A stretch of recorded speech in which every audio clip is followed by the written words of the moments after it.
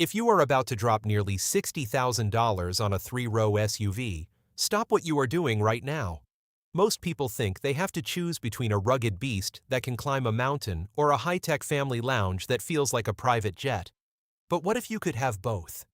I'm talking about the heavyweight battle of the year, the all-new Nissan Armada versus the Volkswagen Atlas. Now, look, our Camry versus Accord video hit tons of views because we broke down the real-world value. But today, we're going bigger. We have the Armada, which just underwent its most massive redesign in a decade, ditching the old V8 for a twin-turbo powerhouse that makes more torque than a Raptor. And on the other side, the Volkswagen Atlas, the king of German efficiency and clever space that has some hidden tech features the Nissan can't touch. Stick around until the end, because I'm going to reveal a specific camera system in the Armada that literally gives you X-ray vision through the hood. And I'll tell you why the Atlas's third row might actually be more comfortable for adults than the massive Nissan. Let's get into it. Power struggle. Twin-turbo muscle versus turbo efficiency. Let's start with the heart of these machines. For 2025, Nissan did the unthinkable. They retired the legendary V8. But don't worry, because the new 3.5-liter twin-turbo V6 is a monster. We are talking 425 horsepower and a staggering 516 pound-feet of torque. This thing isn't just an SUV, it's a towing machine. It has a massive 8,500 pounds of towing capacity standard with a Class 4 hitch. If you have a boat or a massive trailer, the Armada is the undisputed king here. Now, the Volkswagen Atlas takes a very different approach. Every Atlas comes with a 2.0-liter turbocharged engine pushing 269 horsepower and 273 pound-feet of torque. I know what you're thinking. That's a huge power gap. And you're right.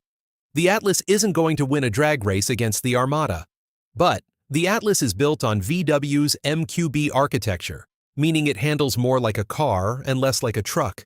It's smoother in the city, easier to park, and significantly more fuel efficient, getting up to 26 miles per gallon on the highway.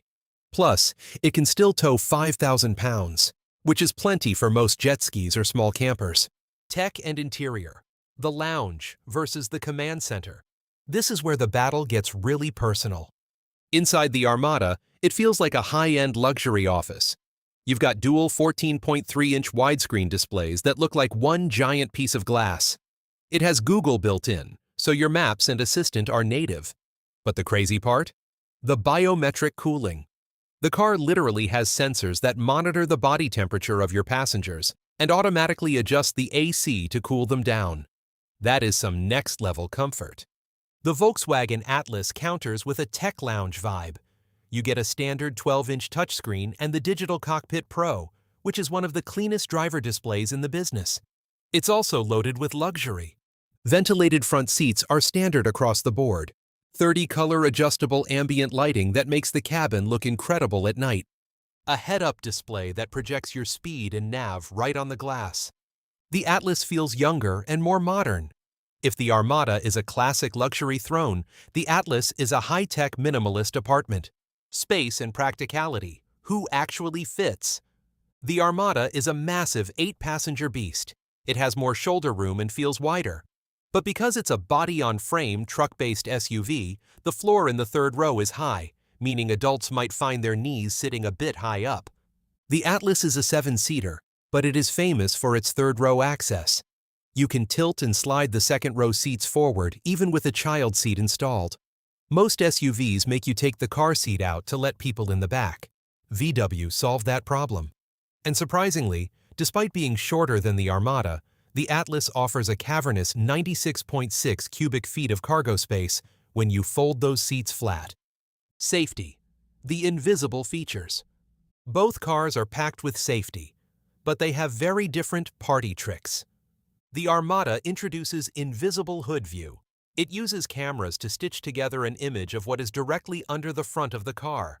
If you're off-roading or trying to navigate a tight New York parking garage with high curbs, it's like having X-ray vision. The Atlas counters with IQ Drive. This system includes Travel Assist, which is one of the best semi-autonomous driving systems for the highway. It's smooth, it's predictable, And it makes long road trips feel half as long. Pricing. Finding the value. Let's talk numbers. The Volkswagen Atlas starts at a much more accessible $38,200 for the SE trim. Even the top-of-the-line SEL Premium R line lands around $53,205. The Nissan Armada is a step up in size and price. It starts at $57,520 for the SV and can climb all the way to nearly $80,000 for the Platinum Reserve. Final verdict. So, which one wins? Buy the Nissan Armada if you need the muscle. If you tow heavy trailers, go off-roading, or just want that king-of-the-road V6 twin-turbo power, the Armada is in a league of its own. It's a luxury truck that happens to have 8 seats. Buy the Volkswagen Atlas if you are a city or suburban family. It is easier to drive, the third row is more accessible for daily use, and you get German tech and luxury for about $20,000 less than the Armada. But I want to hear from you. Are you going for the twin-turbo beast or the high-tech German lounge? Let me know.